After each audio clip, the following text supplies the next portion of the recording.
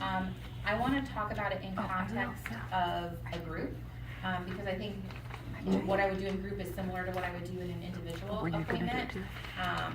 And Haley was going to talk about it, how she does it with kids, because honestly, I think that it's just as relevant to do this with adults.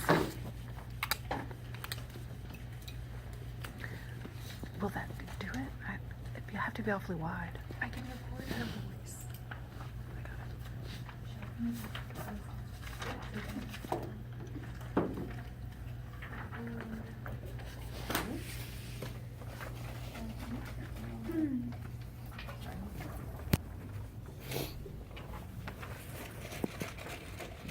Thank you. Okay. You can be brave and choose to diagram. Sometimes that is funny how that works out in group. Or you can have a pre-prepared packet like this, and kind of decide how you want to present that information to the clients that you're working with. We talk about something with kids that I don't always talk about with adults, but I do talk about with teenagers too. And it's the first thing that is on her list here of neurobiology and triggered vocabulary. So the first one is flipped lid. And she has what happens to the brain when sexual abuse occurs or when we're reminded of that abuse, the fight, flight, or freeze response. So what we are helping kids understand is that if we took their brain out of their head, this is what it would look like. And we're going to talk about all the parts of the brain. So this is the hand-brain model from Dr. Dan Siegel. You can Google it. He will talk through it too if you want to look at that. He's on YouTube. And it's on the second page here if you want to look at the hand-brain model on the second page. And so we're going to talk about the difference between a calm brain and a flipped lid brain, okay? So a calm brain is going to be a brain that the brainstem is regulated, the amygdala is not experiencing any perceived threat or danger, and our prefrontal cortex is online, okay? So what we're going to do is we have kids do this. We pull your brain out of your head. This is your brain. This part of your brain is your spinal cord. It's responsible for sending information from your brain to the extremities of your body through your nervous system, right? Many kids will say, it's like your bones back there. And like, yeah, that's your vertebrae that covers your spinal cord. That's why you have them. And so we want to talk about how the spinal cord is one of the reasons that helps us know how to remove our hand when the oven is hot. Our amygdala says that it's hot and we need to take our hand off of it, but our spinal cord is helping send that message to the extremities to take our hand off the oven. We want to talk about the brainstem. With kids, we tell them that their brainstem is the palm of their hand here.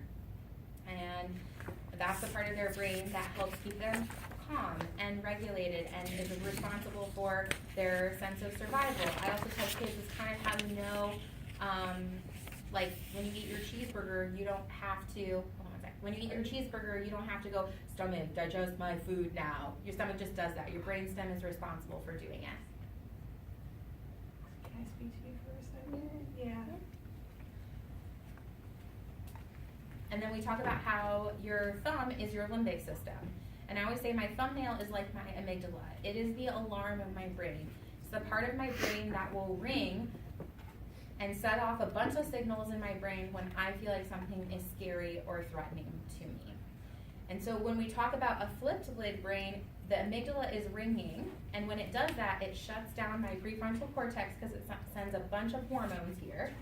And my prefrontal cortex is responsible for knowing how to solve problems, for knowing what's right or wrong, or for thinking through situations. So my prefrontal cortex would help me if I had $10, but I wanted to buy 3 toys and they cost me $20. My prefrontal cortex would help me decide which toys I want to buy with my $10 and what's the best use of my $10. When we're scared and our amygdala is ringing, this part of our brain is gone, and that's what we call flipped lid. So I can't think or problem solve or do any of that. All I'm doing is feeling all my feelings and trying to figure out how to survive this situation. So when we teach the hand-brain model, that's what we're talking about here, between the difference between a calm brain and a flipped lid brain. And then what we help kids understand is that when we have a flipped lid brain, talking through how to do what we should do doesn't really help. The best thing we can do is go back to our coping skills and calm down our breathing and calm down our heart rate and really just relax ourselves so that we can bring our flipped brain back online and make it a calm brain. So that's kind of the language that we're using. I think you could translate this hand brain model in a much more mature way than that. I certainly have with adolescents. They don't need all the kind of quirky little details I gave you about it, but I think this is a very good visual of what happens. I also like when I'm teaching it to older people, they go, oh, that's like why I don't like really process what anyone is saying to me when they're talking to me and I feel overwhelmed. And yes, exactly. This part of your brain that would want to be in this relationship and really want to be like aware of what this person's saying and what problems they can solve for you, that's not online. You have a flip brain. So what you're really worried about is you have all this intense feeling and emotion and you don't know what to do with that and you're just trying to survive that situation. So we're going to talk through all those parts. And then we also teach about trigger. So that is a sensory thing that reminds you of something of the past. Now, I do clarify with kids that triggers can be helpful and hurtful. Many of you probably can think about, like, I think about whenever I smell fresh cut grass, it reminds me of playing in my backyard when I was a little kid, and that's a happy memory for me. It evokes something positive for me. So I want to always clarify when I'm talking about triggers aren't always negative things. They can evoke helpful or positive memories too. So what's happening is that sensory information is coming into the thalamus. It reminds me and is associated with another experience, and so the same neural pathway in my brain lights up as it did when I was experiencing that the first time. That's why we know that those are very difficult for survivors when they get triggered in that way, and that's why they feel like it's really happening, because their brain is acting exactly like it is really happening all over again. Okay. So we want to talk about what are things that trigger us, and we'll talk about the 5 senses. All of our 5 senses can be triggering. I know I was at a presentation once where people said that smell is often the most triggering response for survivors, because your olfactory bulb is processing your limbic system, and most of the others will initially get processed there but create shape in your cortex, so they're not usually as strong, which makes sense, right? Brodmann's 19 is actually in your cortex, so they're not always as strong as associated as your sense of smell. And so that is something I always do talk about with survivors, is about being able to identify what those triggers are, or noticing when they felt like the abuse was happening all over again, what was a precursor to that, because it can help sometimes identify what the actual trigger is.